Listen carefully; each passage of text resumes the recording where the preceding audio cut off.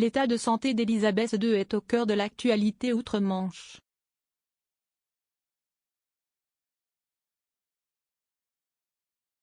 Après avoir annulé un voyage en Irlande du Nord sur les conseils de ses médecins et avoir été hospitalisée une nuit en octobre dernier, voilà que la reine a de nouveau zappé un engagement officiel dimanche 14 novembre.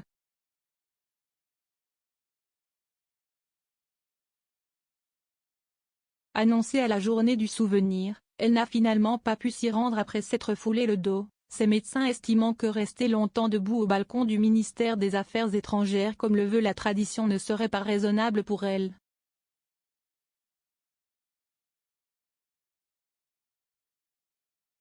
Une annonce de dernière minute qui n'a pas manqué de beaucoup faire parler, tant il est rare qu'Elisabeth II mette ses engagements de côté, même pour des raisons de santé.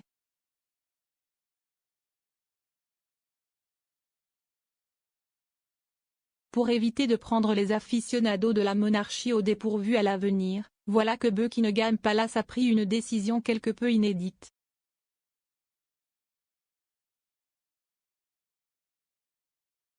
Désormais, Elisabeth II aura un joker pour toutes les occasions où elle doit être présente.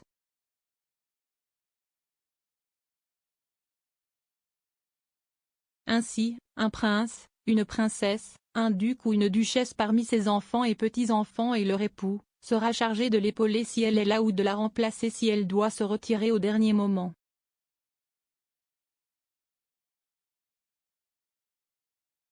De quoi empêcher un emballement médiatique comme si est le cas à chaque fois depuis plusieurs semaines lorsqu'un déplacement de la reine est annulé.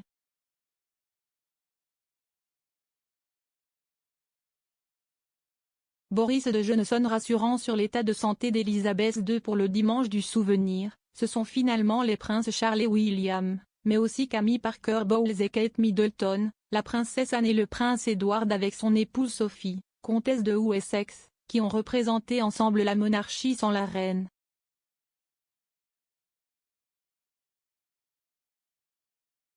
Une petite déconvenue pour cette dernière qui avait auparavant confirmé sa présence, s'offrant une première sortie officielle depuis son hospitalisation en octobre dernier.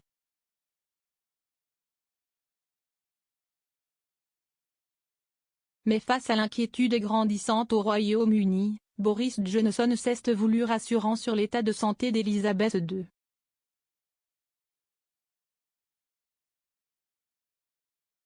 Je sais que tout le monde envoie ses meilleurs vœux à Sa Majesté, la Reine.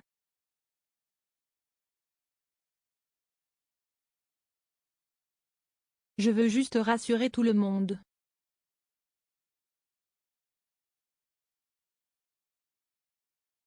J'ai vu la reine mercredi dernier à Windsor et elle va très bien, a ainsi assuré le Premier ministre dans les colonnes du Daily Mail.